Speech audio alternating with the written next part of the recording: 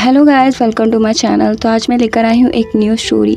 I know मैं बीच में गायब हो गई थी। ऐसा इसलिए था क्योंकि मेरे घर में शादी थी, लेकिन मैंने अपने चैनल की रीच सच में खो दी है। ये फिर से 0 पर पहुँच गया है। इस स्टोरी में एक रिच लड़की एक भिखारी से शादी करती है और उस बैगर को उस लड़की की फैमिली एक्सेप्ट नहीं करती, लेकिन वो एक्चुअल में बहुत ही बड़ा आदमी था जिसकी याददाश्त चली गई थी। सो स्टार्ट में एक बैगर कुत्ते का खाना चोरी कर रहा था। वो वहाँ से खाना चुरा कर भागा तो एक लड़की से टकरा गया। उस लड़की ने देखा वो आदमी सुंदर था और उसकी आंखों में एक अलग ही चमक थी। उसे यकीन नहीं हुआ कि एक भिखारी भी इतना सुंदर हो सकता है। उसने लड़के से उसका नाम पूछा, लेकिन उसे कुछ भी याद नहीं था, ना ही उसका नाम और ना ही वो कहाँ रहता है। ये तो उसके पास रहने के लिए कोई जगह नहीं थी। लड़की ने उसे बताया लकी है जो वो उससे टकराया और वो उसे अपने साथ ले जाना चाहती थी। बैगर थोड़ा हिचकिचाया, लेकिन वो उसे खींच कर ले गई। जैसे ही वो उसे लेकर घर पहुंची, उसके मॉम डैड उस पर गुस्सा करने लगे और उस गंदे से बैगर को देखकर उन्हें घिन आ रही थी। फिर भी वो लड़की जिसे अभी स्नो बोला जा रहा है, वो उसे अंदर लेकर गई। उसके बाल बहुत बड़े थे तो वो उन्हें कट करने वाली थी। बैगर बहुत डरा हुआ और सहमा हुआ था। इधर मॉम डैड की बातचीत से पता चला कि उसकी शादी तय थी और वो उसे एक बैगर से शादी करने देना नहीं चाहते थे, लेकिन उसका नेचर कुछ ऐसा था कि उसे जिस चीज़ के लिए मना करो वो वही करती है। उसकी मॉम को लगा कि वो जल्द ही बैगर को वहाँ से निकाल देगी। उसकी शादी के लिए 1 महीना बाकी रह गया था। उन्हें लगा कि वो ज़्यादा चिंता ना करें। तभी दोनों ने उस बैगर को देखा। उसकी पूरी तरह से काया पलट हो गई थी। वो एक हैंडसम बंदा लग रहा था। मॉम डैड को यकीन नहीं हुआ कि वो इतना हैंडसम भी है। फिर भी वो गुस्से में ही थे। बैगर के पास एक नेकलेस था जिसमें उसका नाम था, सो उसका नाम जियो था।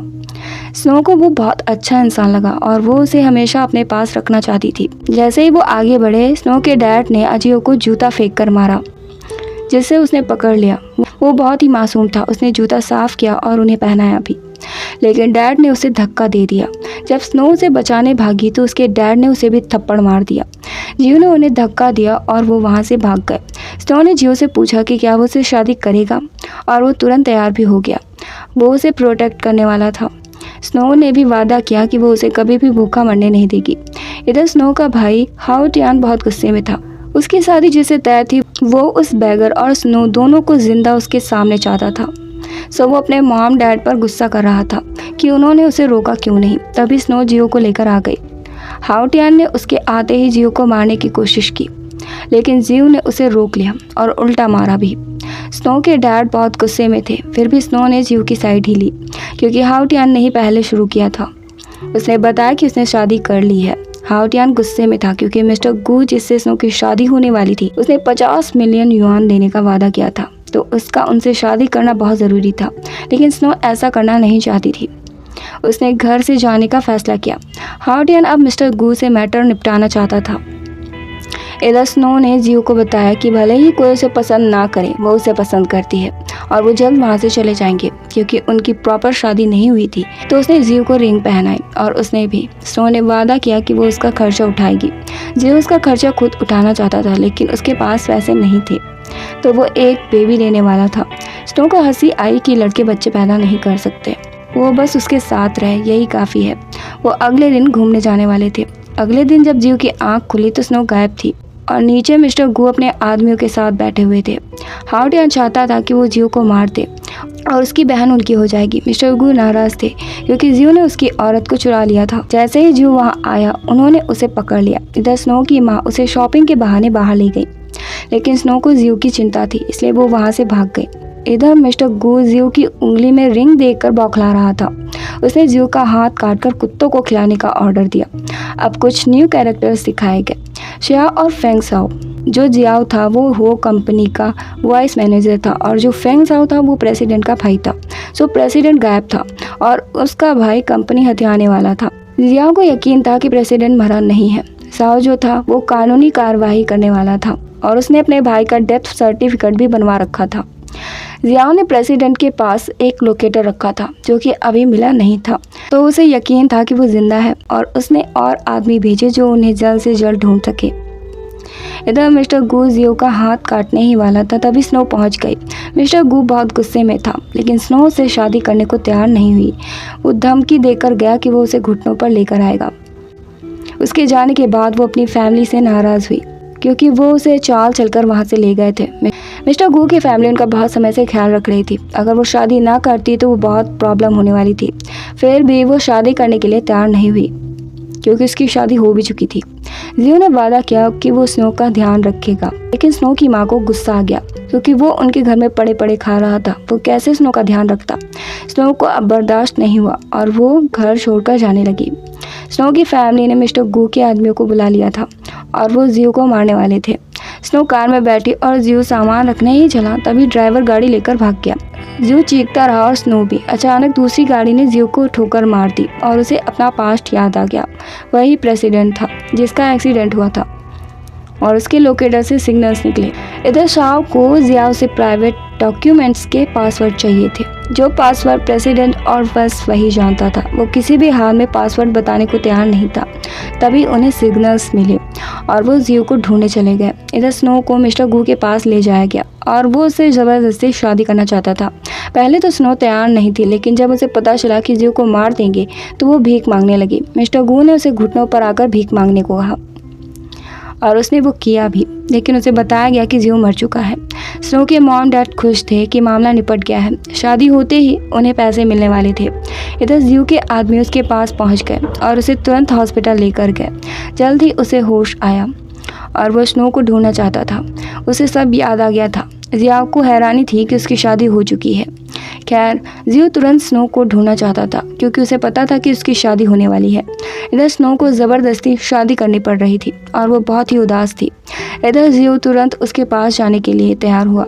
जिया ने उसे रोका क्योंकि वो अभी अभी हॉस्पिटल से आया था, लेकिन वो नहीं रुका। इधर स्नो ने हार मान ही ली थी। तभी जियो वहाँ पहुँच गया। स्नो उसके पास भाग कर गई। उसे बताया गया था कि वो मर गया है, लेकिन उसे यकीन था कि वो जिंदा है और वो खुश भी थी कि वो ठीक है। स्नो की मॉम ने उसे घसीट लिया और मिस्टर गू से शादी करने को कहा, लेकिन स्नो ने सबके सामने बताया कि वो उसका हस्बैंड है और वो दोबारा शादी नहीं करेगी, किसी भी हाल में नहीं। उसकी मॉम एक भिखारी को अपना दामाद मानने के लिए तैयार नहीं थी। जियो अपनी असली आइडेंटिटी बताना चाहता था, लेकिन एक रिच आदमी बीच में आ गया जो कि अपने आप को कंट्री का सबसे अमीर आदमी बता रहा था। जियो को बैगर बोला गया, यकीन नहीं किया गया, उसे नीचा दिखाया गया। स्नो को उस पर भरोसा था। जो भी 50 मिलियन युआन दिए जाने थे वो शादी में दिए जाने थे, लेकिन मिस्टर गू पे नहीं कर पाया। उसके डैड का कार्ड भी स्वाइप नहीं हुआ क्योंकि पैसे ही नहीं थे। फिर 1 घंटा झिकझिक हुई। जब वो पैसे नहीं दे पाया तो जियो ने पैसे दिए और स्नो को रिंग पहनाई। चेक पर जियो जुआन के साइंस थे, जिसे देखकर किसी को यकीन नहीं हुआ। वो कंट्री का सबसे अमीर आदमी था जो कि मर चुका था, तो किसी को यकीन नहीं हुआ। हाउटियान ने तो चेक फाड़ ही दिया। थोड़ी देर में ही मिस्टर गू के डैड को पता चला कि वो बैंक करप्ट हो चुके हैं और उन्होंने मिस्टर गू को थप्पड़ मारा। उन्होंने बड़े बिजनेसमैन को ऑफेंड किया था। जो भी हो, घंटों बहसबाजी हुई और ये प्रूव नहीं हुआ कि वो जियो जुआन है। उसने 100 मिलियन दे दिए थे, फिर भी उन्हें और पैसे चाहिए थे, वो भी कैश में, क्योंकि उन्हें अभी भी यकीन नहीं था। स्नो को अब गुस्सा आ रहा था। उसने बताया कि वो जिससे चाहे शादी कर सकती है, जिसके साथ चाहे जा सकती है। वो कोई प्रॉपर्टी नहीं है जिसे बेचा जा रहा है, और उसने जियो से साथ चलने को कहा। अचानक वो बेहोश हो गया। स्नो के लिए ये बुरा था। जल्द उसे हॉस्पिटल लेकर गए और उसे होश नहीं आया। डॉक्टर ने बताया कि उसे आराम करने की ज़रूरत है और वो बिना ठीक हुए कहीं भी नहीं जा सकता। जिया जब हॉस्पिटल गया तो वो अपने आदमी पर चिल्लाया कि वो जियो का ध्यान नहीं रख पाया। स्नो ने माफ़ी मांगी क्योंकि ये सब उसकी वजह से हुआ था। उसने पूछा कि क्या वो सच में सबसे अमीर आदमी है। जिया को हैरानी थी, उसे अब तक यकीन क्यों नहीं हुआ। फिर भी उसने बताया कि वो बिजनेस ट्रिप के लिए बाहर गया था और बॉम्ब ब्लास्ट हो गया। सबको लगा कि वो मर चुका है, शायद वो जिंदा था। स्नो ने माफ़ी मांगी। उसे जब वो मिला था तो वो सब कुछ भूल चुका था। साथ में वो ये भी नहीं जानती थी कि वो कौन है, वरना वो उसे घसीटती ही नहीं। दूसरी तरफ शाओ बहुत झल्लाया हुआ था। उसे पता चला कि उसका भाई जिंदा है तो वो डर गया क्योंकि उसने ही उसे मारने की कोशिश की थी। उसकी सेक्रेटरी ने समझाया कि कोई नहीं जानता कि वो जिंदा है। जब तक वो कंपनी में नहीं आता कोई यकीन नहीं करेगा। तो वो हॉस्पिटल में ही उसे मार देने वाले थे। इधर जियो को होश आ गया था और उसने टेम्परेरी तौर पर स्नो को प्रेसिडेंट बनाया। उसे ज़रा सा भी एक्सपीरियंस नहीं था तो वो ये करना नहीं चाहती थी, लेकिन जियो बीमार था तो वो मान गई। इधर शाओ फिर से कंपनी में गया और उसने ये मानने से मना कर दिया कि उसका भाई जिंदा है। स्नो को कंपनी में भेजा गया और ज़्यादातर शेयर होल्डर्स को यकीन था कि वो जियो की वाइफ है, लेकिन शाओ को नहीं। आई एम टेलिंग यू, ये लोग घंटों बहस करते हैं और बातें घुमाते हैं और 1 मिनट की स्टोरी निकलती है। फिर इन लोगों ने मिनटों बहस की और निष्कर्ष ये निकला कि स्नो को उस सेफ का पासवर्ड पता था। अगर वो सेफ खोल देती है तो प्रूव हो जाएगा। साउ स्नो के साथ मिसबिहेव कर रहा था और वो चाहता था कि वो मैरिज सर्टिफिकेट दिखाए जो कि उसके पास नहीं था। पासवर्ड खोलना ही एकमात्र रास्ता बचा था और वो प्रूव कर सकती थी। उसने पासवर्ड डाला लेकिन ये इनकरेक्ट निकला और उसे अच्छे से याद था कि जियो ने उसे यही पासवर्ड बताया था। उसके दोबारा ट्राई करने पर भी सेफ नहीं खुला। सबको लगा कि वो फ्रॉड है। साउ भी मानने को तैयार नहीं था कि उसका भाई जिंदा है। उसे घसीटकर बाहर किया जा रहा था। मैंग हान पर सबको यकीन था लेकिन इसके बाद उस पर भी यकीन नहीं कोई कर रहा था। जियो का नेकलेस गिरा तो वो पहचान गए जो कि खुद जियो ने उसे दिया था। साउ के हिसाब से सेम नेकलेस मार्केट में हो सकते थे तो कोई भी यकीन नहीं कर रहा था। मैंग हान ने सबको वार्न किया कि आगे उनके साथ जो होगा वो वही निपटेंगे। स्नो ने भी वादा किया कि वो प्रूव करेगी जियो जिंदा है। पागल लोग हैं, एक वीडियो से बनवा लेते कि वो जिंदा है और स्नो उसके वाइफ है। इतनी नौटंकी करने की जरूरत नहीं पड़ती। खैर जियाओ ने जियो को बताया कि उसका एक्सीडेंट नहीं हुआ था बल्कि बॉम्ब सेट किया गया था। उसे एक कॉल आया और वो वहाँ से चला गया। इस दौरान एक नर्स अंदर आई और जियो को खाने के लिए टैबलेट्स दी। इधर मैंग ने कंपनी का हाल जियाओ को बताया और उस सेफ के बारे में पूछा। जियाओ ने सेफ चेंज कर दिया था। असली बॉक्स जियो के घर में था। इधर जियो समझ गया था कि नर्स उसे मारने के लिए आई है और उसने जैसे ही एक्शन लिया नर्स ने उस पर चाकू रख दिया। हालांकि जियाओ वहाँ आ गया था लेकिन नर्स ने उसे चाकू मार दिया। दूसरी तरफ साओ की सेक्रेटरी ने उसे खबर दी कि उनका काम हो गया है। साओ और मिंग वे के बीच अफेयर चल रहा था। वो उससे शादी करने वाला था और फिलहाल वो उसे मिस्ट्रेस बना रहा था।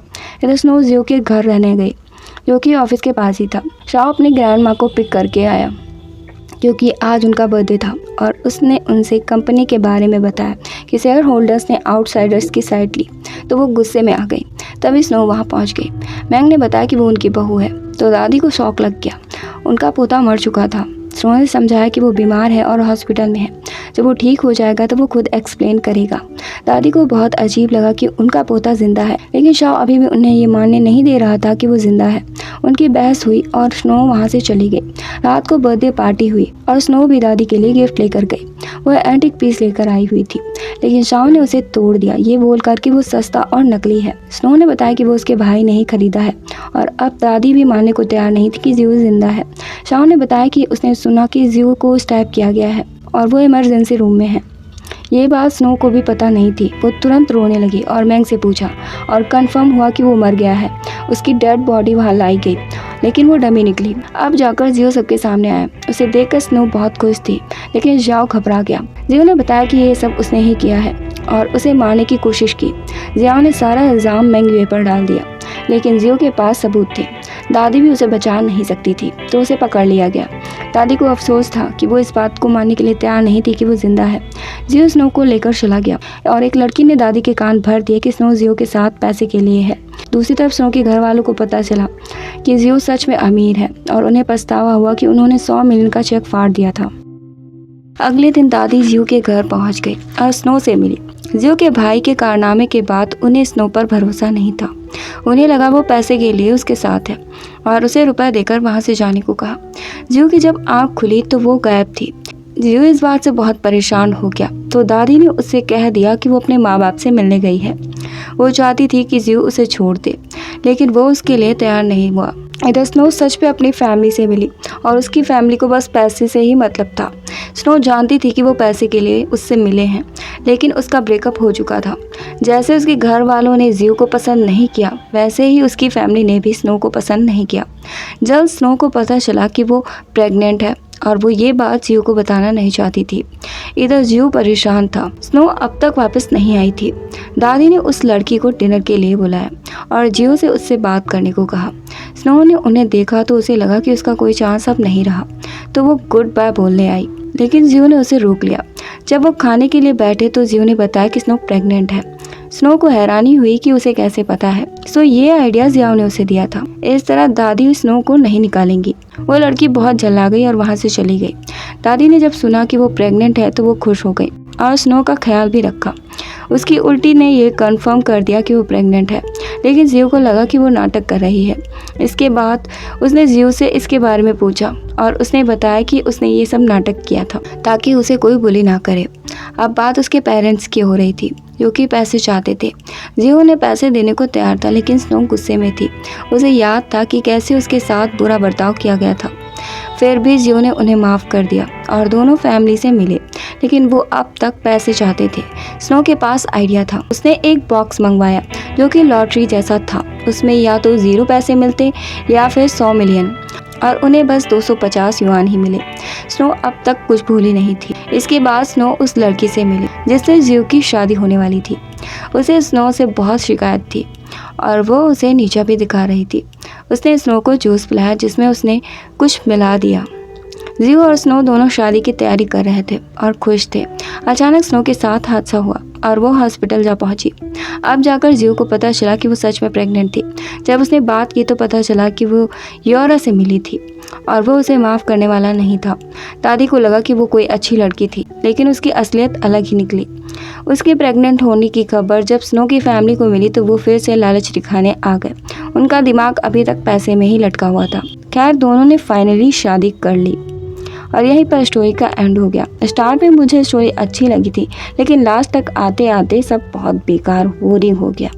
Thanks for watching guys. Please like, share, comment and subscribe.